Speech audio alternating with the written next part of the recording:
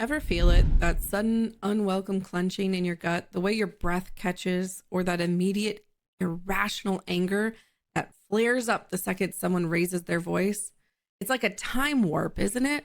One moment you're a fully capable adult, and the next, you're 5 years old. Again, feeling utterly helpless or invisible. That flash, that flush, that undeniable internal earthquake. It's not random. It's your brilliant, protective, yet sometimes overzealous nervous system replaying an old pain story. A story your body never, ever forgot. It's a narrative etched deep into your cells, a memory that lives beyond words, often dictating your reactions before your conscious mind even has a chance to catch up. For too long, we've been told that to heal these deep-seated wounds, we need to lie on a couch, delve into childhood traumas, and painstakingly dissect every memory. And don't get me wrong, therapy is a powerful tool for so many. But what if there were other ways?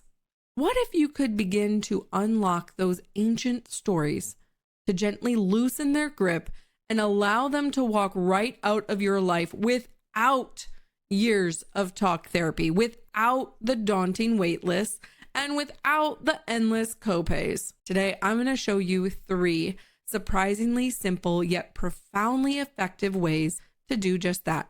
No couch, no copay, just you and your own incredible capacity for healing. Ready to discover them? Because your body holds the key, and it's about time you listen.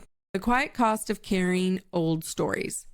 We've been conditioned to think of pain as either physical, a broken bone, a headache, or purely mental, something that's all in your head. But that's a dangerous, oversimplified dichotomy. The truth is far more intricate and, frankly, much more integrated. Your emotional pain, those chronic narratives of rejection, abandonment, or not being enough, isn't just floating around in your psyche. It's deeply embedded. Harvard stress researchers, for instance, have shown us something remarkable. Chronic emotional narratives, those persistent internal stories, light up the exact same brain to body circuits as a physical injury. Think about that for a moment. Your heart isn't literally broken, but your brain and body are reacting as if it is. And what does that mean for your daily life? It means those nagging physical symptoms, your shoulder knots, that persistent gut burn, the mystery migraines that seem to appear out of nowhere, the dull ache in your lower back. They're not just random ailments. They're Post-it notes, little sticky reminders your body keeps slapping on you, trying desperately to get your attention about a story you never agreed to star in. A story that's running on a loop, often from a time when you were too young to even understand it, let alone articulate it. These aren't just stress symptoms. They are physical manifestations of unresolved emotional burdens, often rooted in early narratives or past traumas that shaped your fundamental sense of self and safety. Your body, in its wisdom, remembers every slight, every fear, every moment of perceived threat, even if your conscious mind has neatly filed it away or even forgotten it. And sure, traditional therapy helps. It absolutely does. But let's be real. The barriers can feel insurmountable. And the idea of unpacking your entire childhood to a stranger, no matter how kind or qualified, can feel like a monumental task. For some, the vulnerability required feels like swallowing thumbtacks. Perhaps you've tried it and found it didn't quite click. You're just looking for complementary tools that you can use right now on your own terms. So what if you could bypass some of that talking, at least initially, and head straight to the doing? What if you could engage the body directly where so much of the pain is stored and invite it to release what it's been holding on to? Spot the trigger without judgment. The very first step on this journey, and arguably the most crucial, is simply to notice. Notice when that surge hits, not the story you immediately tell yourself about the surge. Oh, I'm so stupid. Or here I go again, always overreacting. But just the raw data of the experience. What's happening in your body? Is your heart suddenly racing like you just ran a marathon? Are your fists clenching without even realizing it? Maybe your jaw is tight, your stomach is churning, or you feel a hot flush spreading across your chest. Perhaps you hear a familiar, insidious voice in your head whispering, "You're not enough," or "You're going to fail," playing on repeat like a broken supermarket speaker from the past. This isn't about analyzing why it's happening in that moment. It's about pausing and simply observing the physical and immediate emotional sensations. This is where mindful self-reflection comes in. Instead of getting swept away by the current, you become the observer on the riverbank. And here's the wild part. You then name it out loud if you can, or at least clearly in your mind. Something simple, something descriptive, something that acknowledges the feeling without judgment. You might say, rejection radar, age 8, popping off. Or there's that familiar feeling of being overlooked. Or, hello, old friend, anxiety in my stomach. Neuroscientists call this practice affect labeling, and its power is truly remarkable. When you name an emotion, you're not just articulating a feeling, you're actually moving that raw, primal, emotional data from the amygdala, which is that ancient reactive alarm bell in the brain that screams danger to the prefrontal cortex. That's the part of your brain responsible for executive functions, for reason, for planning, for steering. It's where you can actually make choices rather than just reacting on autopilot. One groundbreaking Stanford study actually shows a 22% drop in emotional reactivity just by naming the feeling. Think about that. 22% less intense, less overwhelming, less consuming, and all you did was speak a sentence.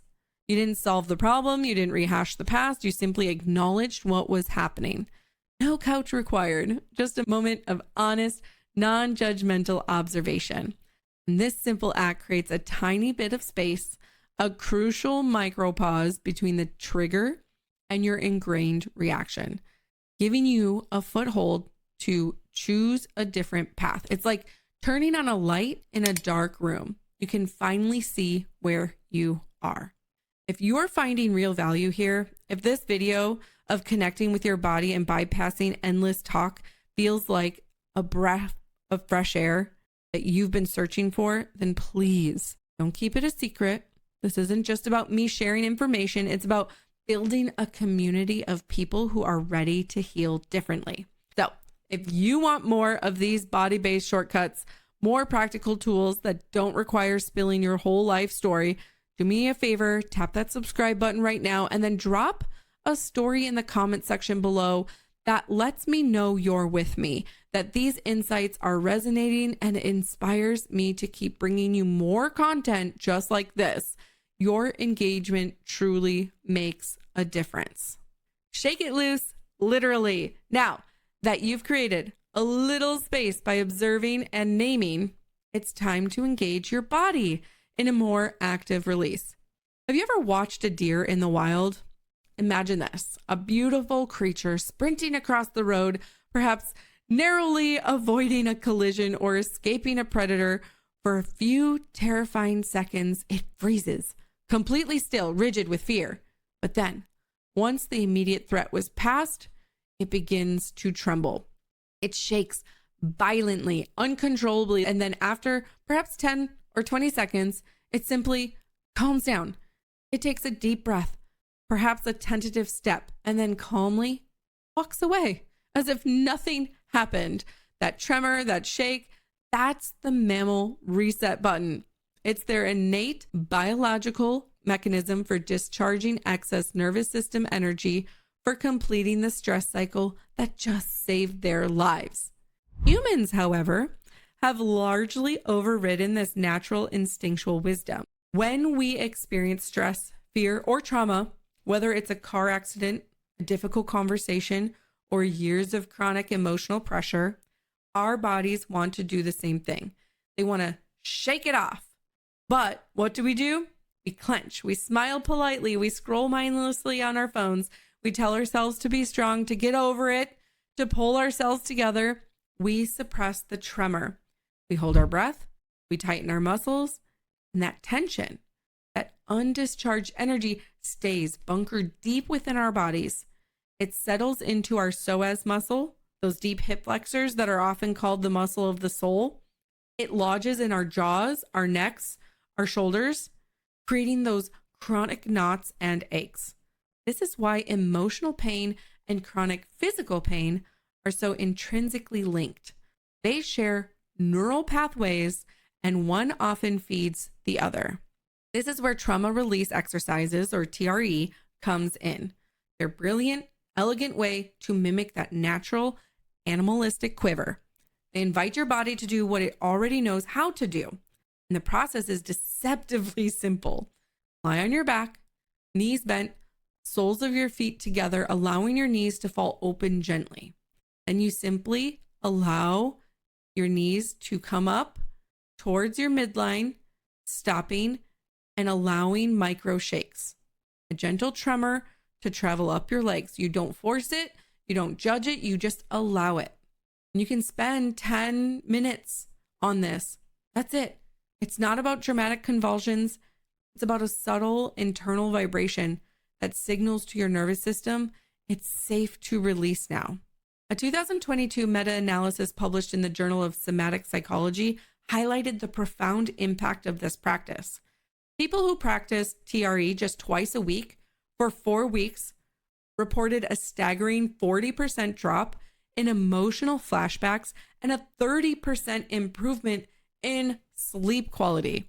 No storytelling, no rehashing painful memories, no delving into the narrative details, just neurogenic tremors, helping your body finish the stress cycle that your biology started decades ago. It helps discharge that stored tension, calms the nervous system, and allows your body to feel safe again, reducing the intensity of those emotional triggers. You're literally shaking off the past. Rewrite the file name, not the whole hard drive. Once the body is a little quieter, once some of that primal energy has been released, you create the perfect conditions for the final, equally powerful step. You get to edit the headline. Think of your pain stories as files on a massive, ancient hard drive in your brain. These files often come with really dramatic, self-defeating titles. Pain stories absolutely love to brand themselves with labels like, I'm broken beyond repair, I'm unlovable, I always blow it, or I'm destined to be alone. These aren't just thoughts. They're the overarching narratives that color your entire perception of yourself and your future. Here's the simple yet revolutionary exercise. Grab a sheet of paper, draw a line down the middle, creating 2 columns. On the left side, write down the old file name. Be honest. What's the narrative that plays on repeat when you're feeling down or triggered? For example, I always mess everything up. Now, on the right side, you're going to write a new, boringly neutral update. This isn't about lying to yourself or pretending everything is perfect. It's about updating the metadata, shifting the relationship you have with the past experience. So I always mess everything up might become something like, I used to freeze when I felt overwhelmed, and now I practice staying present. Or I experience moments of perceived failure, and I am learning from them. The key here is neutrality. Avoid flowery, overly positive affirmations that your brain might reject as disingenuous. You keep the tone flat, factual, and gently empowering. Why? Because drama feeds memory loops. The more emotional charge you give a story, the more it sticks. By making it neutral, you start to diffuse its power. A 2021 Cambridge study perfectly illustrates this. It found that swapping extreme adjectives for neutral descriptors significantly reduced rumination, which is that endless circular thinking, by 35% in just 2 weeks. That's a huge shift from a simple language tweak. Once you've created your new neutral headline, fold the paper, pocket it, keep it somewhere accessible. You can even do this on your phone. But again, each time the old dramatic title flashes into your mind, each time you catch yourself thinking, I'm unlovable, you have to pull out that paper or your phone and read the updated version aloud. You're not lying to yourself. You're actively updating the metadata in your brain. You're teaching your mind that the past belongs in the archives, not on your daily desktop. It's done, it's saved, and it's no longer open for daily edits. And emotional hijacking. This practice, combined with grounding techniques, breathwork, and self-compassion, helps you build resilience and foster a healthier self-identity that isn't defined by your pain story. You are effectively taking the emotional charge out of the narrative, allowing you to move forward without being constantly pulled back by the weight of what was. You've got these 3 powerful steps now right at your fingertips. But here's the thing. Knowledge without action is just knowledge. The real magic happens when you actually try them. So I challenge you, pick 1, pick 2, or try all 3.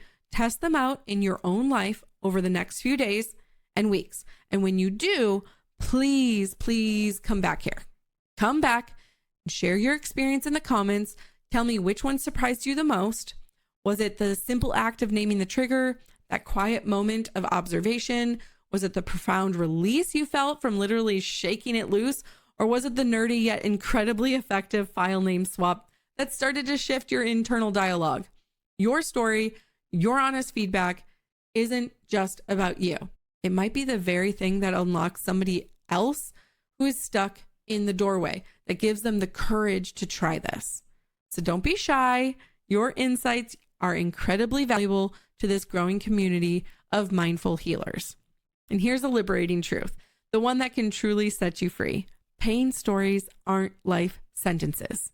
I'll repeat that. Pain stories aren't life sentences. They are, at their core, just sticky notes. Persistent, sometimes overwhelming, but ultimately just temporary markers.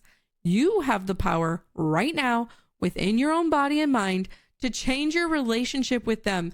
It starts with awareness. Name the trigger without judgment, creating that crucial space between stimulus and reaction.